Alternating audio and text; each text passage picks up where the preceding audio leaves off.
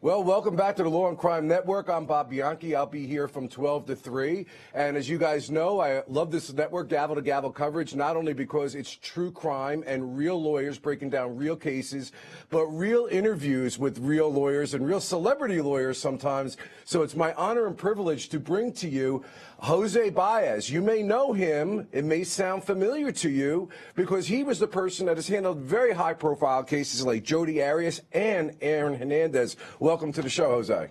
Thank you for having me, but it's Casey Anthony, not Jodi Arias. Casey Anthony, my bad, my bad. Hey, listen, Jose has a book out, and I'm going to put it up here. And you guys know I call it as I see it, unnecessary roughness. I got to be honest with you. You see a shot of it there. I'm not a big fan of reading crime books, and I am not a big fan of looking at crime shows because I do it for a living and have for 30 years and have an 85-year-old father who's been talking to me about trial law. So it's overwhelming. But when I had to do this interview with Jose, I had to read the book. And I got to be honest with you, it is one of the best crime books I have ever read. And I'm going to tell you why. It's not just because of the fascinating Aaron Hernandez case. It's about the real life of a real trial lawyer and a lot of stuff about police and prosecutorial misconduct that comes out in this book. So, Jose, you did a great job. Thank you for being here. Thanks so much for having me. I really appreciate it. Yeah. So listen, let's start off. Give me, I'm curious, what is your background? What led you to the law and especially to be the criminal defense lawyer that you are? Well, it's funny. I went to college and got a criminology degree, and I was thinking of being a prosecutor. So the first summer, I went to have my internship. And I worked one day at the prosecutor's office, and there was just something that didn't fit or sit right with me. I didn't like it. So I went across the street to the public defender's office. I fell in love with it, and I never went back. And the real reason is I loved having clients. I loved helping people, and I liked fighting for the underdog. I mean, that's something that I'm really passionate about, and it's something that moved me. As a prosecutor, I mean, you know, Lord knows we need them. It just wasn't for me. Right. Well, that's interesting because as mostly a prosecutor in my career, both as an assistant prosecutor and the chief county prosecutor, I felt that prosecutors have the ability to do a tremendous amount of good in terms of rehabilitation as well as cleaning up some things that are wrong in the criminal justice system. And when people ask, how could you now be a defense lawyer, there's a different level of intimacy with a client that I think you bring out in this book. And we had it up there. I saw a quick shot, but if we could take a picture that comes from your book, Unnecessary Roughness, of Aaron and the infant child, if we could just get that up there, if our producers will show. You put this in the back of your book with a number of other photographs, and you seem to have a very strong connection. There it is right there, Jose. Is that the man you know as opposed to what the media kind of portrayed as this vicious gang banging, hanging out killer? Absolutely, 100%. In fact, I would say that was Aaron 99.9% of the time. Everyone who knew him absolutely loved him. And what's funny is they say, well, you represented him as a lawyer, so he was nice to you and things like that. That's not only it. You know, I judged my opinions by one. When I met him, he was going through a very traumatic time. Two, I got to know his family and the people closest to him very well. And three, you know, as a lawyer, you have access to everything. All of his text messages, his computer records, his iPad, all of these things. So you go through them and you see the texts and emails going back and forth. And Aaron was the type of guy, when someone came to him for help, he never said no. And when Shayana would say he's the type of guy that gave you the shirt off his back, it was true. And Shayana's his wife.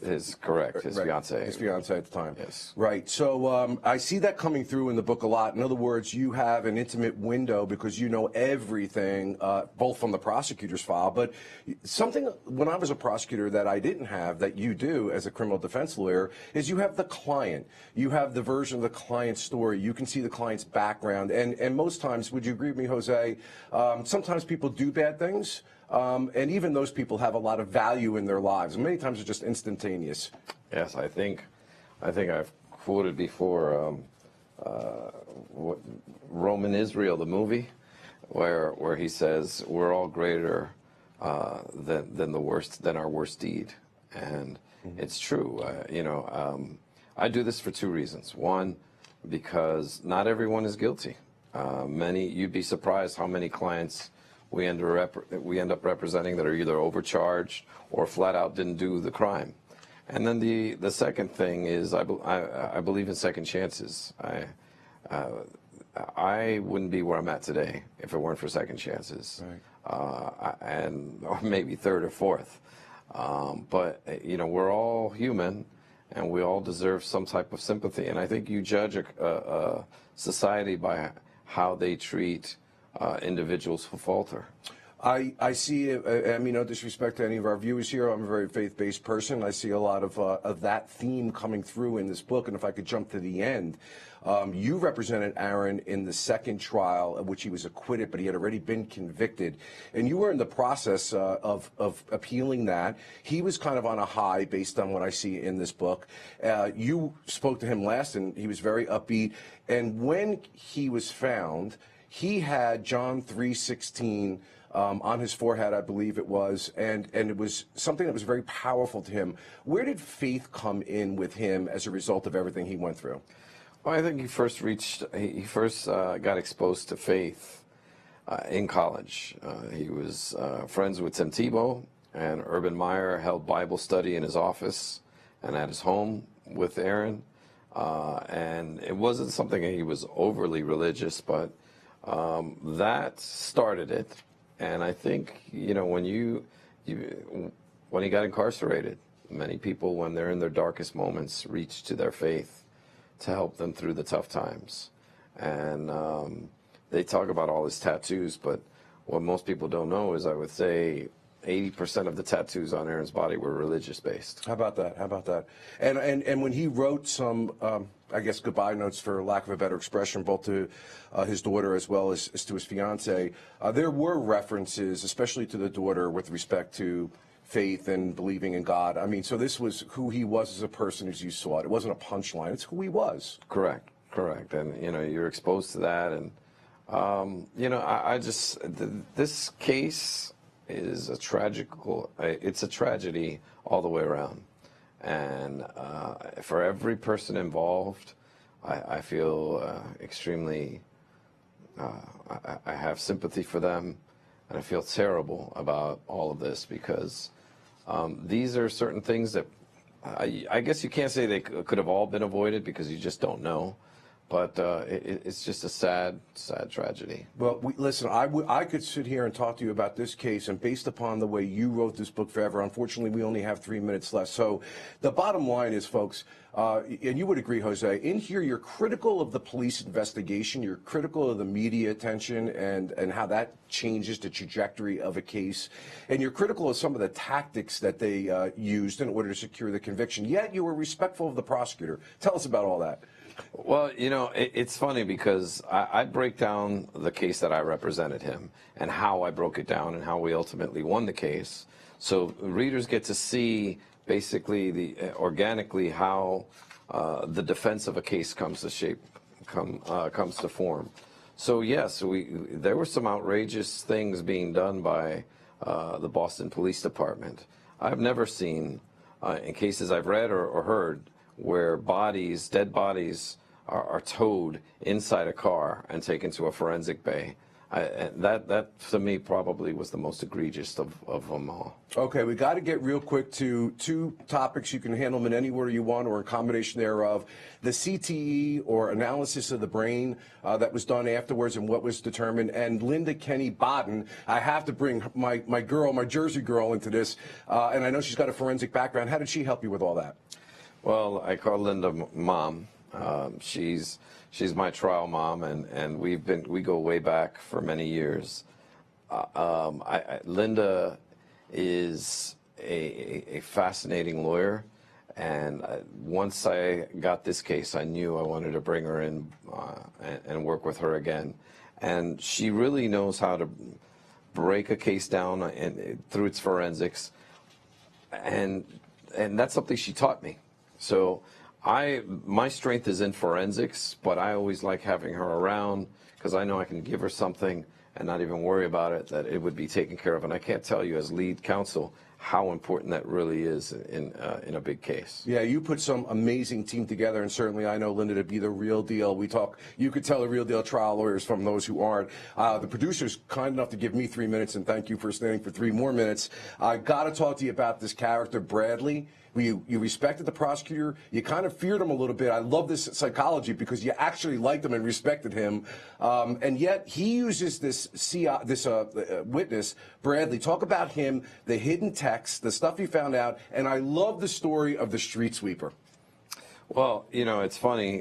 Where do you want me to start? Let's do Bradley, because he was the prosecutor's case. He told you that. That's yes, my case. Yes. And what's funny is, as it relates to Alexander Bradley, is this case started with the police seeing Aaron on the news over Odin Lloyd, and then began to build their case around Aaron. Not, you know, usually you get the evidence leads you to a suspect, not the other way around. Right. And what Alexander Bradley did for them is he packaged it all up, and he handed it to them. And you know what? He was facing murder charges. Bradley was facing murder charges. So this was the deal of a lifetime, as we called it. He was no choir boy either. I mean, no. He was moving 30 pounds of weed a month. Right.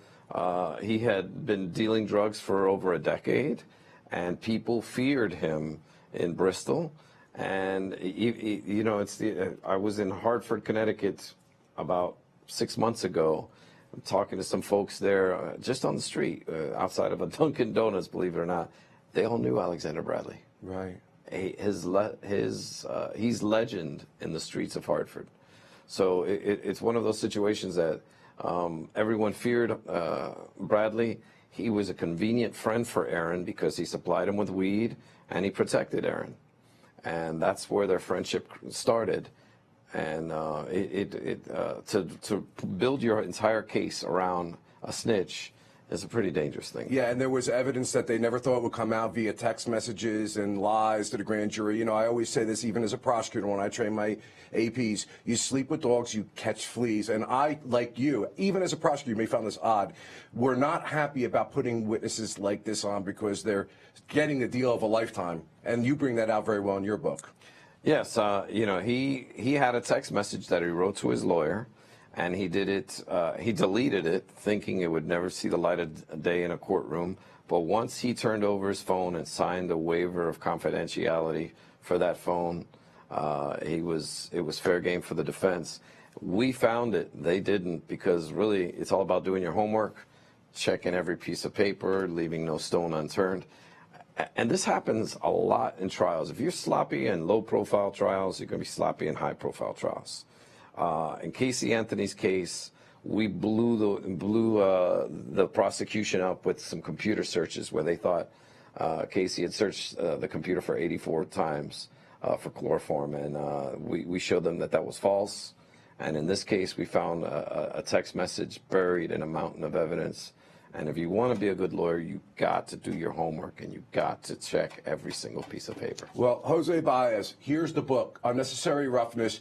If you want to be a good trial lawyer, you got to read this book because it really tells you the good of what defense attorneys do. It's a fascinating read. It's a spiritual read. I recommend it. Jose, thank you so much for being here. Thanks for having me. Appreciate it. Pleasure.